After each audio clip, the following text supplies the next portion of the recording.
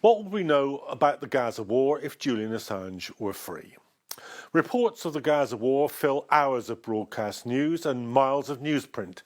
Yet in important ways it remains the most underreported major conflict of the modern era. How so?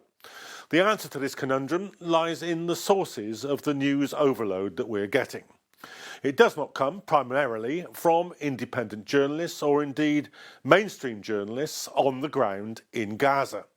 The Israelis have imposed a Gaza-wide exclusion zone on journalists, and so it remains, almost historically uniquely, a war zone with very few mainstream journalists present to record the fighting.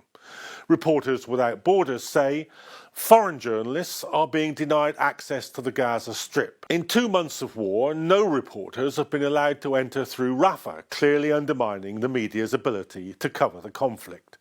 Many Palestinian and other Middle Eastern journalists are trying to provide on-the-spot reporting, but it's a deadly profession. Over 100 journalists have been killed since the Gaza war began, and 400 have been imprisoned. Some 50 media buildings have been partially destroyed or completely levelled by Israeli forces.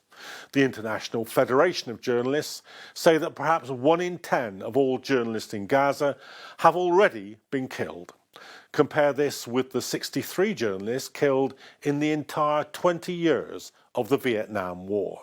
In the midst of this journalistic drought, we feel all the more keenly the loss of Julian Assange's voice and that of the material that WikiLeaks provided.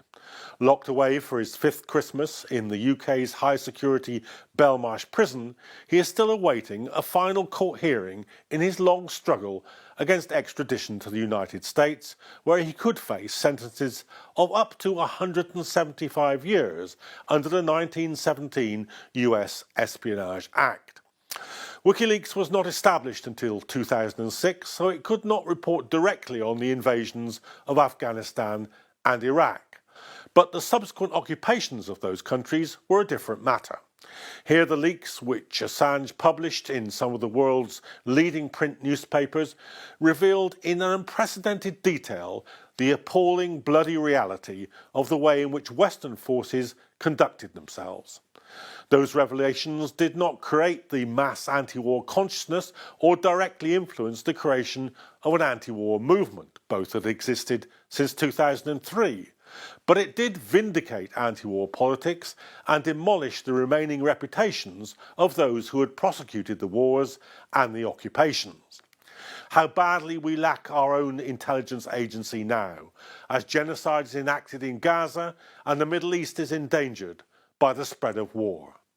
Assange is well aware of the dangers that face a free press because of his own imprisonment. The writer Charles Glass recently visited Assange in Belmarsh and asked him about journalism and the war in Gaza. He reported that Assange regrets that WikiLeaks is no longer able to expose war crimes and corruption as in the past.